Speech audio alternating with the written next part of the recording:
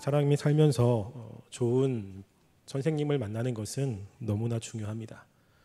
특별히 내가 하고 있는 그 분야에서 탁월한 선생님을 만나면 내가 하지 못하는 것들을 할 수 있는 방법을 알게 되고 실제로 실력이 향상이 되는 일이 많이 있습니다.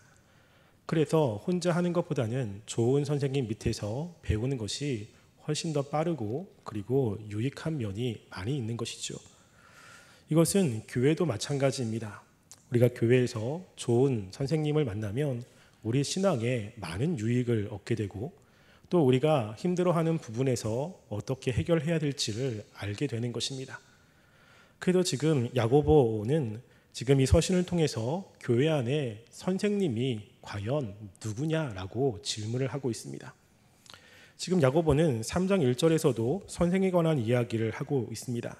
3장 1절 보시면 형제들아 너희는 선생된 우리가 더 큰 심판을 받을 줄 알고 선생이 많이 되지 말라라고 이야기를 하면서 선생님은 더 큰 심판을 받고 그리고 선생으로서 두려워해야 될 것이 무엇인지를 이야기를 합니다. 그러면서 13절부터는 그러면 교회 안에서 참된 선생님은 과연 어떤 사람인지에 관해서 이야기를 하고 있습니다. 그래서 13절부터 18절 말씀은 질문과 대답으로 되어 있습니다. 13절 상반전에 질문을 하고 그리고 하반절부터 18절까지 그에 대한 대답으로 이루어졌습니다. 그 질문은 이것입니다. 너희 중에 지혜와 총명이 있는 자가 누구냐? 라는 그러한 질문을 하고 있고 그에 대한 대답은 그는 그의 삶으로 선한 행실로 자신의 지혜를 보이라는 것입니다. 그러면서 그것이 왜 그럴 수밖에 없는지에 관해서 그 사람이 가지고 있는 그 지혜가 하나님께로부터 온 지혜인지 아니면 정욕으로부터 마귀로부터 온 지혜인지를 이야기를 하고 있는 것입니다. 그래서 오늘 본문은 그러한 순서로 되어 있습니다. 지금 야고보는 질문을 하고 있는 것이지요. 너희 중에 지혜와 총명이 있는 자가 과연 누구냐라는 것입니다. 지혜와 총명이 있다는 것은 지금 선생님이 되려고 하는 사람들을 이야기를 합니다. 특별히 구약에서도 신명기 1장 13절 말씀에 보면 너희의 각 지파에서 지혜와 지식이 있는 인정받은 자들을 택하여 그들을 세워 너희의 수령으로 삼으리라 한즉이라고 이야기를 합니다. 즉 이스라엘 백성의 지도자들을 이야기할 때 그들 중에 지혜와 지식이 있는 자, 여기서 이야기하면 지혜와 총명이 있는 사람을 지도자로 삼으라고 이야기를 하고 있습니다. 여기서 이야기하는 지혜라고 하는 것은 현명한 지혜로운이라고 하는 뜻입니다. 그래서 그들은 하나님에 관한 지식을 바탕으로 지혜를 소유한 자들을 이야기를 하고 있고 총명이라고 하는 뜻은 경험 있는, 이해력이 있는 이라고 하는 뜻이 있습니다.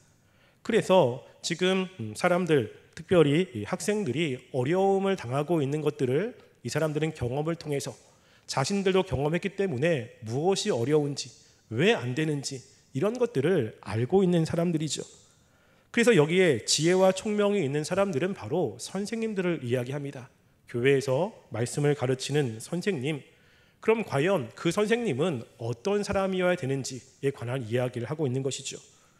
아마 야고보가 이렇게 이야기하는 것은 두 가지의 의미가 있을 것입니다. 먼저 선생님이 되는 사람들은 자신이 이 말씀을 통해서 과연 자신이 지금 여기서 이야기하는 참 선생인지를 한번 살펴보고 그리고 부족한 면이 있다면 그 부족한 면을 채워나가라고 하는 의미가 분명히 있을 것입니다. 두 번째는 아직 선생이 되지 않은 사람들에게는 선생님은 이러한 사람이기 때문에 앞으로 선생이 되려면 이러한 것들을 갖춰야 된다라는 것들을 이야기를 하는 것 같습니다. 제가 교육전도사 시절에 저를 지도했던 목사님이 저한테 그런 이야기를 한 것이 계속 기억이 납니다. 뭐냐면 그 당시 제가 전도사였는데 임 전사 앞으로 목사가 되려면 목사들은 두 가지의 모습이 있다. 하나는 뭐냐면 정말로 목사로서의 인격과 신앙을 갖추면서 목사의 역할을 하는 사람이 있고 인격과 신앙이 되지 않는데 겉으로 목사처럼 보이는 사람이 있다. 그런데 그것은 시간이 지나면 다 드러나게 돼 있다 라고 이야기를 하는 것을 제가 기억합니다. 그래서 저보고 참 목사가 되려면 그 외면이 아닌 내면이 정말로 목사로서의 그 모습을 갖춰야 된다 라는 이야기를 정말로 많이 했습니다. 참된 신앙 그 선생이 내면적으로 되어진 사람은 이것이 밖으로 나올 수밖에 없는 거지요. 지금 그 이야기를 하고 있는 것입니다. 너희 중에 지혜와 총명이 있는 자가 누구냐? 그는 13절 하반절에 보면요, 그는 선행으로 말미암아 지혜의 온유함으로 그 행함을 보일지니라 라고 이야기를 합니다. 즉 지혜와 총명이 있는 사람들은 그가 선생님이라고 하는 것, 그가 지혜가 있다라는 것을 선한 행실로 말미암아 사람들한테 보여야 되는 것입니다. 우리가 있는 만약에 학교에 어떤 교수가 학생들에게 어떤 것을 가르친다면 그 교수는 학생들보다 많은 것을 알고 있어야 됩니다. 알지 못하면 가르칠 수가 없는 거지요. 근데 아는 것만이 아니라 지금 그 분야에 대한 그 능력도 갖추고 있어야 교사로서의 그 일을 감당할 수 있는 것 아니겠습니까? 만약에 악기를 가르치는 그 선생님이라면 악기에 대한 것들을 알아야 됩니다. 모르면 가르칠 수가 없는 거지요. 뿐만 아니라 학생들보다 악기를 능수능란하게 잘 다루어야 됩니다. 그래서 학생들이 어려운 부분, 잘 안 되는 부분들은 그것들을 어떻게 해야 되는지를 잘 알려주어야 되는 것이죠. 그런 선생님이 좋은 선생님 아니겠습니까? 그래서 지혜와 총명이 있는 사람도 마찬가지입니다. 나는 많이 알고 있어, 이게 아니라 그가 알고 있는 것을 삶으로 다른 사람들에게 보여주어야 그가 참된 선생일 수 있음을 이야기를 하고 있습니다. 이것은 예수님도 동일하게 말씀을 하고 있습니다. 마태복음 11장 19절 말씀에 보면 예수님이 이렇게 이야기합니다. 인자는 와서 먹고 마시며 말하기를 보라, 먹기를 탐하고 포도주를 즐기는 사람이요 세리와 죄인의 친구로다 하니 지혜는 그 행한 일로 인하여 옳다 인정함을 얻느니라 라고 이야기합니다. 즉 지혜는 다른 것으로 옳다 인정함이 아니라 그의 행동으로 보여지는 것이죠. 근데 교회 안에서 교사들은 하나님의 일을 하는 사람들입니다. 그렇기 때문에 지금 보여지는 모습은 오늘 말씀에도 이야기했듯이 선행으로 말미암아 선한 행동이 보여져야 되는 것입니다. 여기서 선이라고 하는 것은 하나님이 보시기에 선한 것이죠. 구약에 보면 토부입니다. 우리가 선이라고 하는 말을 쓰지만 이 선이 절대적인 의미에서 쓰일 수도 있고 상대적인 의미에서 쓰일 수도 있습니다. 예를 들어서 경찰이 말하는 선과 아니면 조직폭력배가 말하는 선은 다릅니다. 조직폭력배 세계에서 선하다라는 것은 싸움을 해서 자신들의 영역을 넓혀가는 거죠. 근데 경찰의 입장에서는 그건 악한 것입니다. 경찰이 볼 때는 그것이 선이 아니죠. 선하다라고 이야기할 때 내 관점에서 그리고 내가 있는 공동체 안에서 선한 행동을 이야기하는 것이 아니라 절대적인 하나님의 관점에서 선한 것을 이야기를 하고 있는 것입니다. 그래서 그 모습은 한 공동체 안에서의 선이 아니라 하나님의 말씀에 근거해서 모든 사람들이 볼 때 선한 행동을 이야기를 하고 있는 것이죠. 실제로 하나님의 백성들은 하나님의 뜻대로 살기를 원합니다. 그런데 그게 잘 안 되는 것입니다. 그러면 어떻게 합니까? 선생님들이 왜 안 되는지 그것을 알려주고 어떻게 해야 선하게 살 수 있는지 이것을 알려줘야 되는 사람들이죠. 그래서 선생은 바로 이렇게 외적으로 하나님이 원하시는 선한 행동을 보이는 사람들이라는 것입니다. 그런데 그들이 그렇게 밖으로 보일 때 중요한 것은 이제 내면이 어떤 지혜를 가지고 있느냐라는 것을 이야기를 하고 있는데요. 외적으로 선한 행동을 하려면 그 내면이 이제 하나님이 주시는 지혜를 가지고 있어야 됩니다. 그 지혜에 대해서 이제 좋은 선생님이 가지고 있어야 될 모습은 13절에 보시면요, 지혜의 온유함으로 그 행함을 보일지라 라고 이야기합니다. 지혜의 온유함이라는 것은 온유한 지혜에서 난 행함을 보이라는 것입니다. 무엇인가 밖으로 나오는 것은 그것이 그 마음의 온유함이라는 것을 가지고 밖으로 표현된 행동을 이야기를 하는 것이죠. 그래서 밖으로 선한 일을 행동할 때 그 내면은 온유한 마음이 있어야 되는 것입니다. 온유하다라는 것의 뜻은 이 야생, 말을 길들이다라고 하는 뜻이 있죠. 그래서 자기 마음대로 길길이 날뛰는 그 야생 말을 그 주인이 원하는 대로 움직일 수 있도록 잘 길들인다라고 하는 뜻이 있습니다. 우리 마음 가운데 특별히 사람과의 관계 속에서 시기와 질투, 여러 가지 좋지 않은 감정들이 솟아날 때 그 마음을 잘 길들이고 그 마음을 제어하는 것을 이야기를 하지요. 실제로 성경에서 하나님께 쓰임받았던 위대한 교사들의 특징을 이 온유함으로 성경은 많이 이야기를 합니다. 구약의 탁월한 교사 그리고 리더 중에 한 사람은 바로 모세 아니겠습니까? 모세에 대해서 민수기 12장 3절은 우리가 아는 대로 모세는 온유함이 지면의 모든 사람보다 더하다고 이야기를 합니다. 또 신약에서 가장 지혜로우신 분은 바로 예수님이시죠. 예수님께서 나는 마음이 온유하고 겸손하니라고 이야기를 합니다. 즉 하나님의 일을 하는 그 위대한 사람들에게 나와야 되는 그 모습 가운데 하나는 바로 온유함이라는 것입니다. 근데 이 온유함은 교사들에게만 요구하는 것이 아니라 하나님의 백성들에게도 요구되는 것입니다. 예수님 팔복을 통해서 마태복음 5장 5절에 보면 그 말씀이 온유한 자는 복이 있나니 라고 이야기를 하지요. 팔복은 하나님의 백성들이 갖추어야 되는 인격, 그 모습을 이야기를 하고 있습니다. 그 중에 온유함이 있기 때문에 그렇습니다. 하나님의 일을 감당할 때 온유하지 않고 그 마음에 화가 있거나 시기가 있거나 이런 걸로 주님의 일을 한다면 그 일들은 하나님의 일이, 하나님의 선한 일이 되지 못한다고 지금 야고보는 야고보 1장 20절에 이야기합니다. 그 말씀은 이런 것이죠. 사람이 성내는 것이 하나님의 의를 이루지 못함이라 라고 이야기합니다. 그 일이 하나님의 일인데 그 마음 가운데 화가 있습니다. 시기가 있습니다. 미움이 있습니다. 이 성내는 것, 이런 화가 있다면 그 일이 하나님의 일이지만 실제로 하나님의 의가, 하나님의 원하심이 이루어지지 않는다는 것입니다. 그 일이 하나님의 일이냐라는 것도 중요하고 그리고 그 일을 감당할 때 어떠한 마음으로 어떠한 방법으로 하느냐도 굉장히 중요하다는 것이죠. 왜 그러냐면 하나님께로부터 나온 그 지혜의 특징이 있기 때문에 그렇습니다. 그 지혜의 특징이 17절부터 18절 말씀에 길게 이야기를 하고 있는데요. 여기에서 굉장히 중요하게 이야기하는 단어가 있습니다. 그래서 17절에도 18절에도 계속 반복되고 있는 단어가 있는데요. 그것은 바로 화평이라는 단어입니다. 하나님의 지혜의 굉장히 큰 특징은 화평인 것이죠. 예수님이 이 땅에 오셔서 원수된 사람들을 평화롭게 만들었습니다. 하나님과의 원수된 우리들도 하나님과의 관계를 평화롭게 만들었죠. 이 화평은 굉장히 중요한 것입니다. 이 세상의 지혜의 특징은 시기와 다툼입니다. 그런데 하나님의 지혜의 특징은 바로 화평에 있다고 이야기를 하고 있습니다. 이것은 구약의 이 지혜서에서도 동일하게 이야기를 하고 있습니다. 잠언 3장 17절에 말씀은 이 지혜에 대해서 이야기를 하면서 그 말씀을 이렇게 이야기합니다. 이 길은 즐거운 길이요 그의 지름길은 다 평강이니라 라고 이야기하죠. 지혜가 가지고 있으면 그 지혜로운 삶이 살아가는 그 지름길, 아무리 빠른 길이라도 전부 다 평강이라고 하는 길을 간다는 것입니다. 그 사람과 함께 있으면 이 평화로운 삶을 추구하게 되어 있다는 것이죠. 그러면서 왜 추구하게 되는지에 관해서 그 뒤에 계속해서 연결되고 있는 단어들이 있습니다. 17절 보시면 화평하고 그 다음이 관용인 것이죠.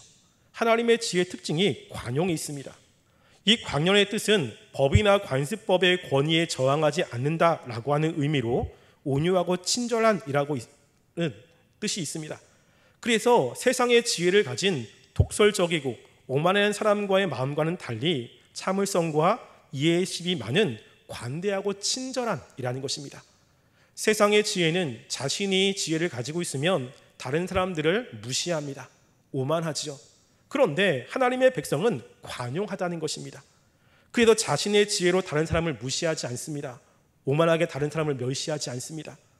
그래서 이것은 모든 그리스도인이 갖추어야 되는 덕목 중에 하나고 특별히 사도 바울이 교회의 지도자인 감독들이 가지고 있어야 될 덕목이라고 디모데전서 3장 3절은 이야기합니다.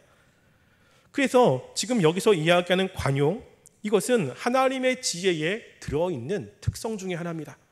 뿐만 아니라 양순이라는 것도 있습니다.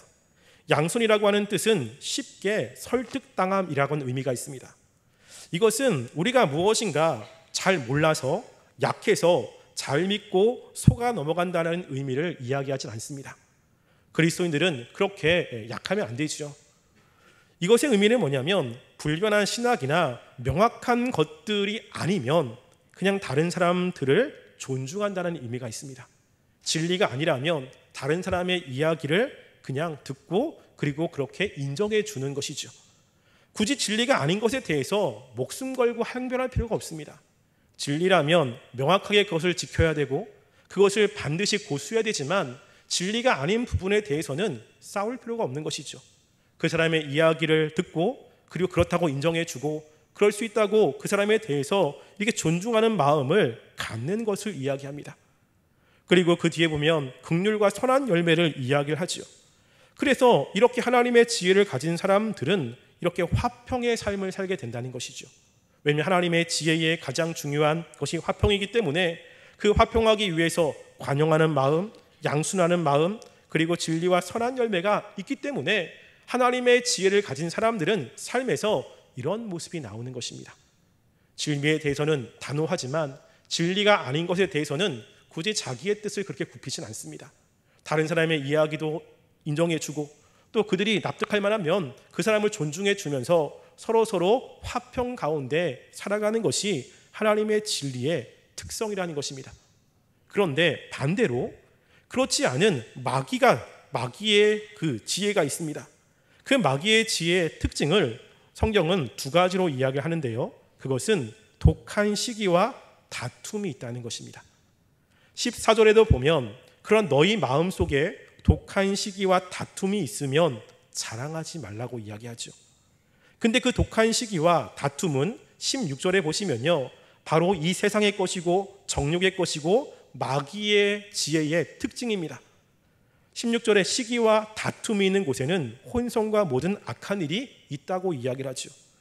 여기서 독한 다툼이라고 하는 뜻은 격렬한 시기, 경쟁심이라고 번역할 수 있습니다.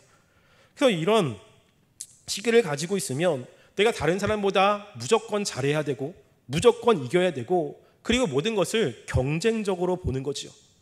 그래서 자신이 무엇인가 잘하는 것이 있는데 다른 사람이 자기보다 더 잘합니다. 그럼 마음속에 시기심이 들어서 그 사람의 잘하는 것을 멸시하거나 끌어내리거나 아니면 다른 사람들에게 해를 가하는 이러한 것들을 이야기를 합니다. 특별히 이러한 시기는 바로 예수님 당시에 종교 지도자들에게 나오는 모습이죠. 하나님의 사람들, 특별히 그 당시 종교 지도자들은 예수님이 점점점 사람들에게 인기를 얻는 것, 그리고 예수님의 말씀을 사람들이 듣는 것, 이런 것에 대해서 시기가 있었습니다. 그래서 예수님을 죽이는데 그 죽음에 대해서 지금 그 당시에 예수님을 판결했던 빌라도는 그 유대 지도자들에 대해서 이렇게 이야기합니다. 이는 그가 그들의 시기로 예수를 넘겨준 줄 알더라 라고 이야기하죠. 시기가 있다는 것입니다. 다른 사람에게 잘하는 것을 잘 보지 못합니다. 자기가 무조건 잘해야 되는 것이죠. 이러한 시기로 인해서 잘하는 사람들을 시기하고 또 그들에게 이렇게 해를 가하는 일들이 지금 마귀, 세상의 정욕의 특징입니다. 거기다가 그 다음에 다툼이라는 것이 있습니다. 이 다툼이라는 것은 리더십에 대한 개인적인 야망과 당파심이라는 뜻이 있습니다. 이것이 성경에서는 그렇게 많이 쓰이는 단어는 아닙니다. 그런데 이것을 아리스토텔레스는 이러한 의미로 썼습니다. 이것은 부당한 방법으로 정치적인 자리를 추구하는 개인적인 일로 규정을 하고 있습니다. 그래서 자신이 원하는 무엇인가를 얻기 위해서 부당한 방법으로 그 자리를 추구하기 위해서 당을 짓는 것입니다.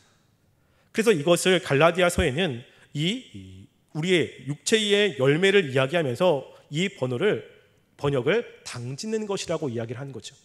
자기 혼자는 안 되는 것입니다. 그럼 무엇을 하지요? 당을 짓는 거지요. 사람들에게 쑥덕쑥덕 거리면서 자기가 원하는 그 방향으로 갈 수 있는 사람들을 만들어서 이렇게 자신이 원하는 목적을 이루는 것을 이야기를 하고 있는 것입니다. 이것이 세상의 지혜라고 이야기를 하는 것이죠. 교회에서는 하나님의 일을 하는 사람들입니다. 그러면 하나님의 지혜를 가지고 그 일을 감당해야 되지 않습니까? 하나님의 지혜의 특징의 가장 큰 것은 화평이라고 이야기를 했습니다. 그리고 다른 사람과의 관계 속에는 관용하고 양순하고 온순한 이런 모습이 있다고 이야기를 했습니다. 이러한 모습이 있는 사람들은 다른 사람이 잘못할 때 그들을 도와주고 때로는 나와 다른 관점에 있는 사람들도 그들의 말이 과연 그런가 옳은가라는 것을 듣고 판단을 하지요. 물론 그런 상황 속에서 마음의 상처도 있고 미움도 있을 것입니다. 그리고 굉장히 힘든 그러한 일들도 분명히 있을 거지요. 그런데 그들은 마음에 온유함이 있습니다. 하나님이 원하시는 것이 무엇인지 아는 것이죠. 그래서 마음의 시기와 미움과 이런 것들을 선생이기 때문에 하나님의 말씀으로 어떻게 처리해야 되는지를 압니다. 어떻게 그것을 다루어야 되는 건지를 아는 것이죠. 그래서 그들이 마음속에 있는 시기와 다툼 이런 마음들을 하나님의 말씀을 가지고 잘 다루고 그것들을 잘 처리하여 밖으로 다른 사람들에게 선한 모습으로 온유한 모습으로 나오게 되는 것입니다. 우리가 구약의 이 진명에서 가장 온유하다가 하는 이 모세를 보시면 모세도 이스라엘 백성들에 대해서 많이 실망합니다. 그들 때문에 많이 힘들어하지요. 근데 그런 힘들고 어려운 것들을 자기의 성향대로 풀지 않습니다. 그 어렵고 힘든 것들을 하나님께 가지고 가고 하나님의 말씀에 근거해서 그 문제들을 해결하여 이스라엘 백성들을 잘 인도하지 않습니까? 그가 결국에는 화가 나서 하나님이 하지 말라고 하는 그 말씀에 불순종하여 결국엔 출애굽에 들어가지 못했지만 그래도 모세는 매 순간순간마다 힘들고 어려운 그런 일들을 하나님과의 관계 속에서 하나님의 지혜로 잘 해결하고 이스라엘 백성들을 잘 인도한 사람이라는 것이죠. 그래서 교회에서 참 선생님은 누구냐? 참 선생님은 하나님의 말씀을 많이 아는 사람만을 이야기하지 않습니다. 하나님의 말씀을 아는 것과 함께 그들의 삶이 하나님이 보시기에 선한 삶으로 보여줘야 되는 것이죠. 그 보여지는 것은 바로 화평의 모습인 것입니다. 그래서 누군가가 사람과 관계 속에서 어려움이 있습니다. 자기 마음속에 미움과 다툼과 시기가 있습니다. 그럼 선생님에게 찾아가서 내 마음에 이런 것이 있는데 어떻게 됩니까? 라고 물어보면 선생님이 그것을 하나님의 말씀으로 그 마음을 잘 다스리는 그런 방법들, 그런 이야기들을 해주면서 그의 삶이 하나님이 원하시는 선한 방법으로 가지 않습니까? 피아노를 배우는 사람은 피아노를 치면서 어려울 때 선생님에게 물어보지요. 선생님, 이 코드가 잘 안 됩니다. 이게 너무 힘듭니다. 이걸 어떻게 해야 됩니까? 물어보면 선생님은 그것에 대해서 설명을 해줍니다. 뭐가 문제인지, 어떻게 해야 되는지. 그래서 학생은 선생님이 이야기하는 대로 하면 그렇게 그 어려운 것들을 극복해내서 실력이 좋아지는 거 아니겠습니까? 교회도 그렇다는 것입니다. 그래서 교회에서 참 선생님은 지혜와 함께 그들의 선행으로 이렇게 사람들에게 보여지는 사람이라는 것을 이야기를 하고 있는 것이죠. 따라서 우리가 교회에서의 참 선생이 어떤 사람인지에 대해서 말씀을 통해서 따랐다면 하나님, 우리가 기도해야 됩니다. 하나님, 우리 교회에 또 한국교회에 선생님들이 이러한 모습이 있기를 원합니다. 혹 내가 선생으로서 교회에서 역할을 감당하는 사람이 있다면 우리 자신의 모습을 보고 하나님, 내가 부족한 면이 이것입니다. 그 부분들을 내가 잘 훈련되게 하시고 그 부분들이 잘 갖추어져서 하나님의 참된 선생님의 역할, 그런 리더의 역할을 감당할 수 있도록 하나님 나를 붙잡아 주시고 훈련시켜 주시고 변화시켜 달라고 기도하시고, 그래서 하나님께 쓰임받는 하나님의 사람들이 되기를 주님의 이름으로 간절히 소원합니다.